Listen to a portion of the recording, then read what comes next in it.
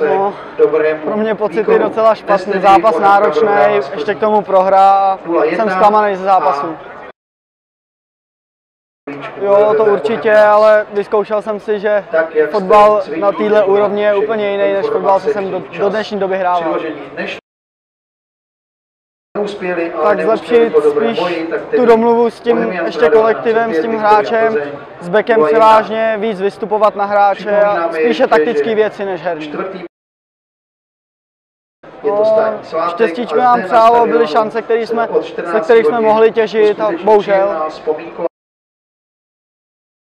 Tak vedeli sme a na konci to Plzeň aj potvrdila, že sa dostali vlastne v tom poslednom mesiaci tých posledných 4-5 zápasov do obrovskej pohody hernej, samozrejme aj výsledkovej a v tom prvom počase to bolo poznať. Z našej strany som cítil trošičku veľký rešpekt, že sme nechali Plzni príliš mnoho prostoru vo všetkých vlastne prostoroch. Ale dôležité bolo, že sme to ustali ten prvý počas na nulu. Paradox je samozrejme to zlepšenie v druhom polčase, kde sme boli oveľa odvážnejší, ale bohužiaľ znovu sme prehrali zápas o jeden gól.